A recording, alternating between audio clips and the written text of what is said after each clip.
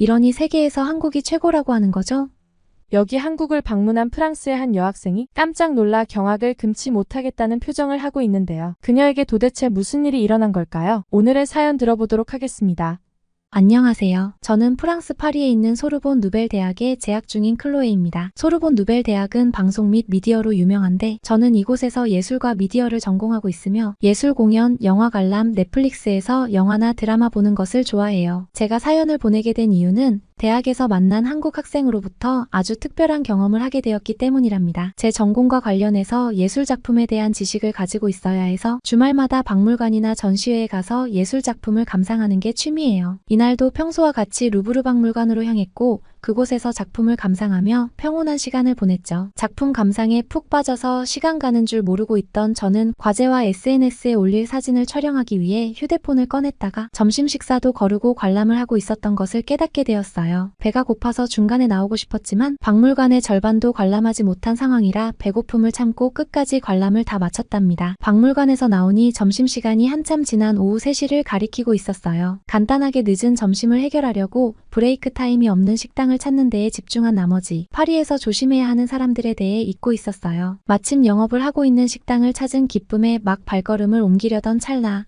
누군가 제 핸드폰을 낚아채려고 달려드는 게 아니겠어요. 순간 두 눈이 휘둥그레지고 당황한 저는 도와주세요 라고 크게 소리쳤답니다. 하지만 주위의 사람들은 그저 일상적인 일이라는 듯 흘낏 쳐다보고는 그냥 무심하게 지나갔어요. 저는 이러한 상황에 프랑스 사람들에 대해서 정말 경악하고 말았답니다. 그때 어디선가 나타난 젊은 남자가 제 핸드폰을 빼앗으려는 소매치기를 순식간에 발로 차서 넘어뜨렸어요. 당황한 소매치기는 젊은 남자를 노려보며 재빠르게 달아났답니다. 정신을 차리고 고개를 들어 도와준 사람을 봤는데 낯선 동양인 남자였어요. 제가 도와달라고 소리칠 때 아무도 나선 사람이 없었는데 같은 프랑스인이 아닌 동양인 남자가 저를 도와줬다는 것에 깜짝 놀랐습니다. 그는 친절하게도 저를 일으켜 세워줬고 자기 이름이 은우라고 했어요. 이렇게 인연이 된 은우는 한국에서 온 유학생이었고 저와 같은 대학에서 인문사회과학을 전공하고 있었답니다. 요즘 프랑스에서 K-팝과 한국 드라마에 열광하는 사람들이 많아졌는데 저도 그런 사람들 중에 한 명이라 은우에게 한국에 대해 많은 것을 물어보게 되었으며 학교에서도 자주 만나게 된 저희는 금방 친해질 수 있었답니다. 제가 한국 문화에 관심이 많다는 것을 알게 된 은우는 미디어로 접하는 것보다 한국에 직접 가보는 게 좋을 것 같다고 했어요. 마침 방학을 앞두고 있어서 은우와 저는 한국 여행을 계획하게 되었죠. 방학이라 은우가 한국으로 돌아가는 길에 저를 데려가기로 해서 든든한 마음이 들었습니다. 긴 비행시간 끝에 드디어 비행기가 한국에 도착했고 입국장 문이 열리는 순간 저는 인천국제공항의 규모와 시설에 입을 다물 수가 없었답니다. 한국에 이렇게 큰 규모의 국제공항이 있다니 한국 드라마에서 봤던 공항 모습을 어느 정도 상상하고 있었지만 눈으로 직접 본 인천공항은 그 어떤 나라보다 크고 거대했어요. 넓게 뻗은 통행로와 세련된 매장들이 즐비해 있는 광경에 입을 다물지 못하는 저를 보고 은우가 미소를 지었어요. 우연히 안내 표지판을 보는데 프랑스어는 찾아볼 수가 없었습니다. 이런 저의 모습을 보고 은우는 영어가 불편하면 구글에서 프랑스어로 설정해봐 라고 하는 거예요. 영어에는 자신이 있었지만 프랑스어로 번역해서 보니 이해가 더 빨랐어요. 제가 미처 생각하지 못한 부분을 세심하게 챙겨주는 은우가 새삼 멋있게 보였답니다. 호텔로 이동하려고 택시 승강장으로 향하는 제게 공항철도를 이용하면 비용도 저렴하고 시간도 단축될 거라고 얘기했어요. 파리에서는 지하철이나 철도를 타면 악취가 많이 나서 이용을 꺼렸던 기억이 나서 걱정도 좀 됐지만 승강장으로 향했답니다. 공항철도가 도착하고 지정된 좌석에 앉아서 이동하는데 주위를 둘러보니 모두 깔끔하게 차려입은 사람만 보였답니다. 우려했던 악취는커녕 바닥에 먼지 하나 없고 내부도 깨끗하며 심지어 기분 좋은 향도 났어요. 서울역에 도착해서 은우와 헤어지고 구글로 검색하여 미리 예약한 호텔로 향했어요. 비즈니스 호텔이라 규모는 크지 않지만 역시나 입구부터 깨끗하게 잘 관리되어 있었죠. 체크인을 하고 엘리베이터를 탔는데 속도가 정말 빨라서 깜짝 놀랐답니다. 눈 깜짝할 사이에 제가 머물게 된 18층에 도착했어요. 키를 꽂고 내부로 들어갔는데 모던하게 꾸며진 실내 인테리어가 마음에 들었답니다. 피로를 풀기 위해 짐을 풀고 곧장 샤워를 했는데 물살이 강하게 나오면서도 부드럽게 마사지해주는 느낌이어서 피로가 금방 풀리는 느낌이었죠. 장시간 비행으로 첫날은 휴식을 취하고 다음날 은우와 함께 남산타워와 명동성당을 방문하기로 했습니다. 프랑스의 하늘과 달리 한국의 하늘은 너무나도 맑아서 남산타워가 멀리서도 보였는데 올라가서 펼쳐지는 서울의 모습을 보니 빌딩만 있는 것이 아니라 산과 어우러져 있는 곳이 꽤 많았답니다. 마침 마침 한쪽에서 많은 연인들이 다정하게 모여서 뭔가를 하고 있었어요. 그곳에는 셀 수 없이 많은 자물쇠들을 걸어놓은 것을 볼 수 있었답니다. 은우는 한국에서 많은 연인들이 영원히 함께하자는 의미로 자물쇠를 걸어놓는다고 말했어요. 얼떨결에 저와 은우도 자물쇠를 구입해서 수많은 자물쇠들 사이에 걸어놓았답니다. 이렇게 남산타워에서 즐거운 시간을 보내고 저와 은우는 명동으로 향했어요. 은우는 명동은 역사적으로도 의미가 깊은 명동성당이 있는 곳이라 한국 사람뿐만 아니라 많은 외국 관광객들이 방문하는 곳이라고 설명해줬답니다. 정말 명동거리에는 수많은 사람들로 가득 차서 정신이 하나도 없었어요. 하지만 제가 좋아하는 BTS를 비롯하여 한국 아이돌의 노래들이 계속 흘러나오고 사진들도 끊임없이 볼 수 있어서 좋았답니다. 그러다가 저도 모르게 옆 사람과 살짝 부딪히게 되었어요. 저는 한국에 오기 전 간단하게 연습한 미안합니다를 얼른 말했지요. 그런데 저와 부딪힌 사람은 매우 불쾌하다는 듯 얼굴을 찡그렸습니다. 제가 알고 있는 한국인은 작은 것에도 감사하고 매우 친절한 사람들이었는데 제 사과에도 불구하고 매우 불쾌해하는 모습에 저도 한국인에 대한 실망감을 느끼게 되었어요. 잠시 뒤에 저와 부딪힌 사람과 일행인 무리들이 다가와서 그들끼리 뭐라고 말을 하는데 한국말도 아니고 전혀 알아듣지 못했답니다. 저 사람들 한국 사람이 아니라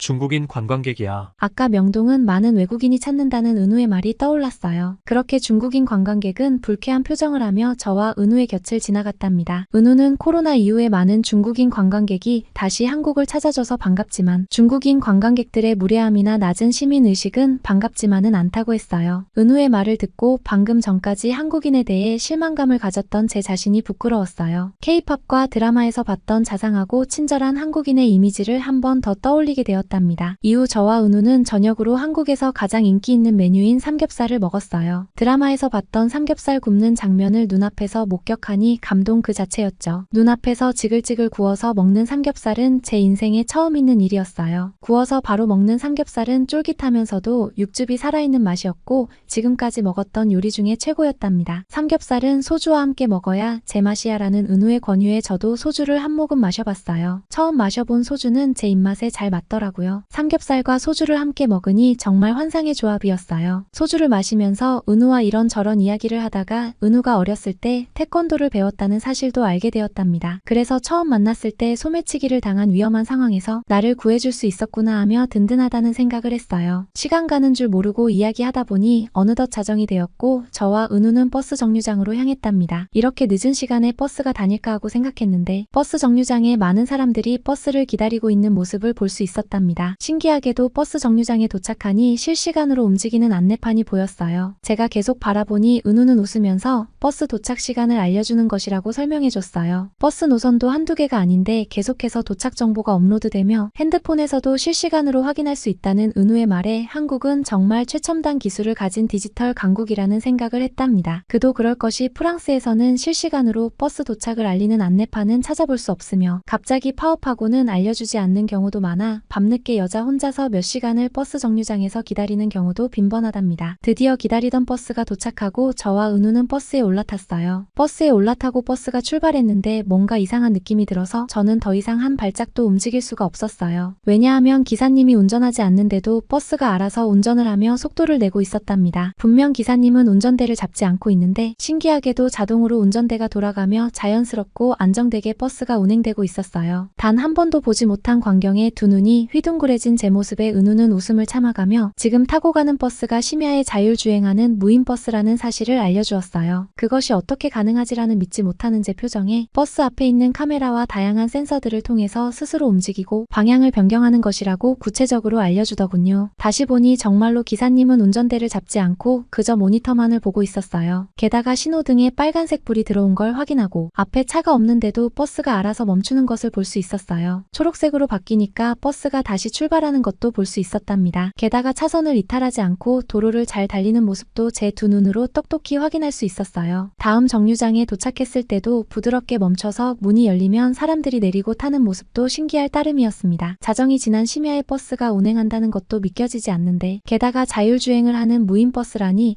프랑스에서는 이렇게 늦은 시간에 정말 꿈도 꿀 수 없는 색다른 경험이었어요. 뿐만 아니라 인천국제공항과 마찬가지로 깨끗하고 청결하게 관리된 버스 내부가 프랑스 프랑스의 버스와는 크게 비교되었어요. 놀란 마음을 진정하고 주위를 둘러보니 다른 승객들은 이어폰을 끼고 핸드폰을 하고 있거나 창문에 기대어 밖을 보고 있었답니다. 자율주행 버스임에도 불안함보다는 익숙하고 편안해하는 모습을 볼 수 있었어요. 이러한 자율주행 버스의 창문으로 보이는 서울의 야경은 정말 장관이었어요. 건물마다 화려한 네온 사인이 빛을 발하는 것은 물론이고 밤이 늦은 시간임에도 거리에는 여전히 활기차게 사람들이 걸어다니고 있었죠. 애완견과 산책을 하는 사람도 있었고 연인끼리 정답게 이야기를 하며 지나가는 모습이 보였어요. 늦은 밤이었지만 얼굴과 표정에서 두려움이나 불안에 떠는 모습은 전혀 볼 수 없었답니다. 프랑스에서는 늦은 밤에 밤거리를 다닌다는 것은 정말 상상도 할 수 없는 일이에요. 그것도 여자 혼자서는 절대 불가능하죠. 버스를 타고 가는 동안 한국은 늦은 밤에도 누구나 다닐 수 있는 치안이 정말 잘 되어 있는 안전한 곳이라는 생각이 들었습니다. 여러 가지 생각을 하는 와중에 은우는 영국의 BBC에서 한국의 야간 자율주행 버스에 대해 심도 있게 다룬 방송이 있다며 유튜브 영상을 보여줬어요. 우리는 버스에서 내릴 때까지 한국의 야간 자율주행 버스에 대한 BBC 방송 영상을 함께 보았어요. 한국이 세계에서 최초로 야간 자율주행 버스를 운행한다는 내용과 앞으로 노선을 더 확대할 예정이라는 내용을 확인할 수 있었답니다. 정말 은우 말을 듣고 한국에 오길 진짜 잘했다는 생각이 들었어요. 한국은 공항을 비롯한 대중교통시설과 길거리 모두가 정말 깨끗하고 쾌적했어요. 음식점에서도 메뉴마다 야채와 함께 먹을 수 있게 구성되어 있어서 건강에도 좋을 것 같더군요. 야간 자율주행 버스를 타보니 IT 강국의 면모도 다시금 느낄 수 있었죠. 저는 한국을 여행하면서 새로운 목표가 생겼답니다. 프랑스에 돌아가면 한국어와 미디어 분야를 열심히 공부하고 졸업 후에는 한국의 글로벌 기업에 취업해야겠다는 목표가 생겼어요. 왜냐하면 K-팝과 드라마를 어디서나 마음대로 볼 수 있고 첨단 기술을 가진 디지털 강국인 한국의 회사에서 일하게 된다면 얼마나 좋을까요? 그리고 한국에서 자상하고 든든한 은우와의 만남을 계속 이어가고 싶어요. 자주 만나다 보면 어쩌면 좋은 인연으로 발전하지 않을까요? 나중에 저와 은우에게 좋은 소식이 생기면 또 사연 보내드릴게요.